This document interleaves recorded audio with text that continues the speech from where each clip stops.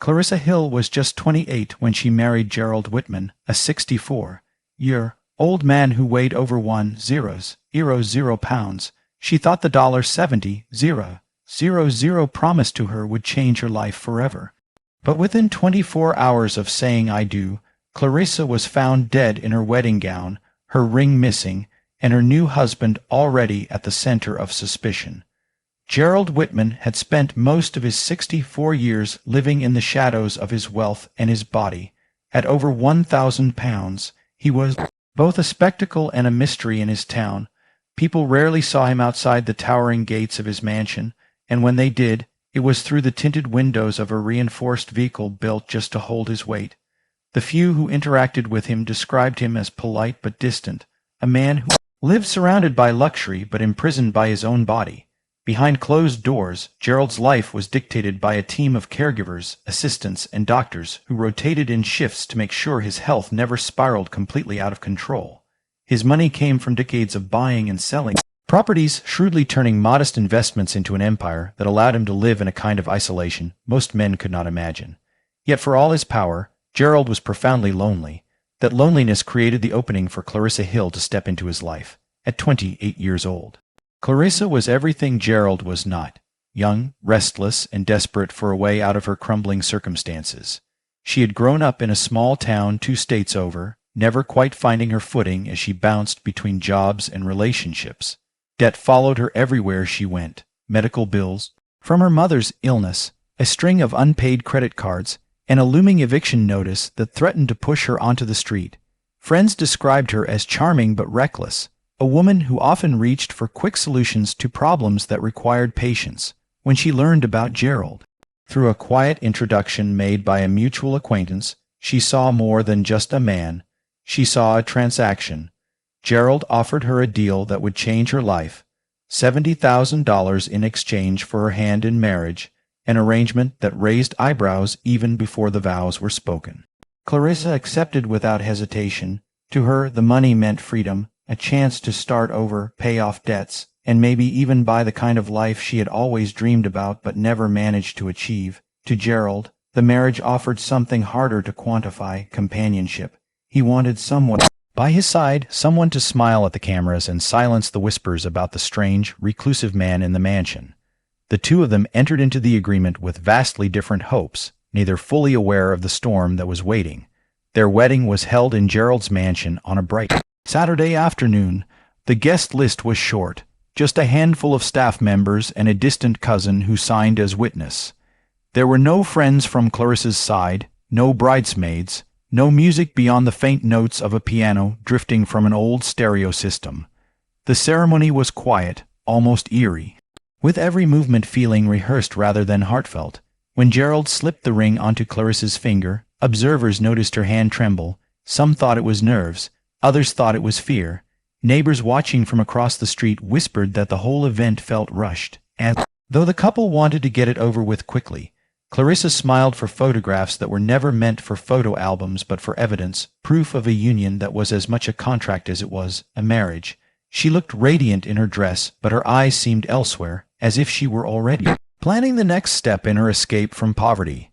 Gerald, in his oversized chair, looked content in a way he had not in years. For one fleeting moment, it appeared that both had gotten what they wanted: money for her, companionship for him. But even as the champagne glasses clinked and the vows echoed through the vast halls of the mansion, there was an unshakable sense that something about this union was doomed from the very start. Clarissa entered the mansion as Gerald's wife, but what she found inside was not the kind of luxury she had imagined when she first accepted the proposal. House was massive, its ceilings stretching high above her head, its hallways wide and dimly lit, yet it carried the strange emptiness of a place designed for function more than comfort. Every detail was tailored to Gerald's immense size: reinforced floors that did not creak under his weight, door frames widened beyond standard dimensions, furniture built with steel supports hidden beneath the fabric. Even the bed was more like a medical contraption than a place of rest, its frame controlled by remote switches to lift, tilt, and reposition him when his body failed to move on its own. What should have been a dream home for a young bride felt instead like an institution, a world where wealth had been poured into survival rather than beauty. The staff operated with quiet efficiency, moving through their routines as if Gerald were less of a man and more of a project. Nurses checked his vitals, assistants carried trays of food large enough to feed a family, and cleaners made sure every corner of the mansion remained spotless. Clarissa tried to insert herself into the rhythm of the house, but she quickly realized she was a stranger in her own home. The staff had been with Gerald for years, some for decades, and their loyalty was to him alone. They watched her carefully, as if she were an intruder or perhaps just the latest in a line of temporary visitors. It did not take long for Clarissa to uncover details Gerald had never mentioned. On her second evening, wandering through the east wing of the mansion, she found a locked room. The brass handle was worn, suggesting it had been used often in the past, but when she asked Gerald about it later, he brushed off her curiosity with a dismissive remark. The next day, she found another locked door, and then another. Soon she realized nearly half of the mansion was closed to her. Behind those doors, she sensed there were answers, maybe about Gerald's past, maybe about the whispers she had already begun to hear from the staff. One of the cleaners, a woman in her 60s with kind eyes, let slip a strange comment. She mentioned the others, before quickly stopping herself, as though the words had been a mistake. Clarissa pressed her, but the woman excused herself, muttering about needing to finish her work. Later, Clarissa would stumble upon faded photographs tucked into a drawer in the study. They showed Gerald with different women, each posed stiffly beside him, each wearing the look of someone caught between obligation and dread. None of these women were familiar to Clarissa, and she could not find any mention of them in the public records she searched online. At night, the mansion's silence pressed in on her. The halls seemed to stretch longer than they had in the daylight, and every creak or distant sound felt amplified in the darkness. Clarissa began to feel as if the house itself was watching her, its locked doors guarding secrets too heavy to remain hidden forever. She had entered into the marriage for money, but already, less than a day into her new life, she wondered if the $70,000 would be worth the price of staying. The wedding night began with the kind of silence that made Clarissa uneasy. The mansion, already unnervingly quiet during the day, seemed to hold its breath as the staff departed, leaving her alone with Gerald for the first time since they exchanged vows. The house, stripped of its usual hum of activity, felt cavernous and oppressive. She wandered the wide hallways, her gown trailing across polished floors, wondering how she had managed to find herself in this life so quickly. Only 24 hours earlier, she had been worried about paying rent. Now she was bound to a man who felt more like a stranger than a husband. The celebration had been modest, but Gerald insisted on a private feast prepared by his personal chef. The dining room table groaned under the weight of platters, bowls, and silver trays. Clarissa tried to eat, but every bite seemed to turn to dust in her mouth. Across from her, Gerald ate methodically, his size dwarfing the chair reinforced to hold him. He spoke little, his breathing heavy between mouthfuls, his eyes studying her in a way that made her skin prickle. She forced a smile when he raised his glass, but she could not shake the feeling that she was performing a role rather than living her life. As the evening stretched on, Clarissa felt increasingly uneasy. At one point, she thought she heard a door slam somewhere in the east wing, though she knew the staff had left hours ago. Gerald dismissed her concern, claiming the old mansion had a habit of settling noisily at night. Still, the sound gnawed at her, and when she excused herself from the table, she found herself walking faster than she meant to, her heart beating with an instinct she couldn't explain. By midnight, the atmosphere in the house grew heavier, as though the walls themselves carried a weight. Clarissa retreated to the guest room she had been shown earlier. Not ready to share a bed with her new husband, she sat on the edge of the mattress, scrolling aimlessly through her phone, but the reception was weak, and the internet failed to distract her from the growing sense that something was wrong. It was then that she heard it, a scream muffled but unmistakable, echoing faintly from somewhere near the rear of the mansion. She froze, straining to hear, her blood running cold. She stepped into the hallway, but the lights flickered as though the power was faltering. Moments later, complete silence returned, leaving her unsure of what she had actually heard. When she checked the security panels near the kitchen, she noticed the cameras had been shut off. The screen displayed only static. She tapped the glass in disbelief, but no image returned. Gerald's earlier explanation about flickering power suddenly rang hollow. The rest of the night was a blur of anxiety and unanswered questions. Clarissa never returned to Gerald's side, instead pacing the guest room, listening for any sound in the massive, labyrinthine house. When dawn finally broke, her exhaustion outweighed her fear. She told herself she would confront him in the morning, demand to know why the cameras had been off, why the house seemed to echo with voices when no one was supposed to be there. But Clarissa would never get that chance. By sunrise, she had vanished into the shadows of the mansion, her presence erased as if she had never been there at all. The morning after the wedding began with a kind of stillness that felt unnatural. A pale sun lit the sprawling gardens outside Gerald's mansion, throwing long shadows across the marble pathways. The staff returned to their routines, expecting to find the bride and groom quietly beginning their first day together. Instead, within an hour, the peaceful morning shattered. A gardener, trimming hedges near the fountain, stumbled upon a sight so chilling it would stay with him forever. Lying on the cold stone beside the water was Clarissa, her wedding gown soaked with dew, her hair still pinned in the elaborate style from the ceremony.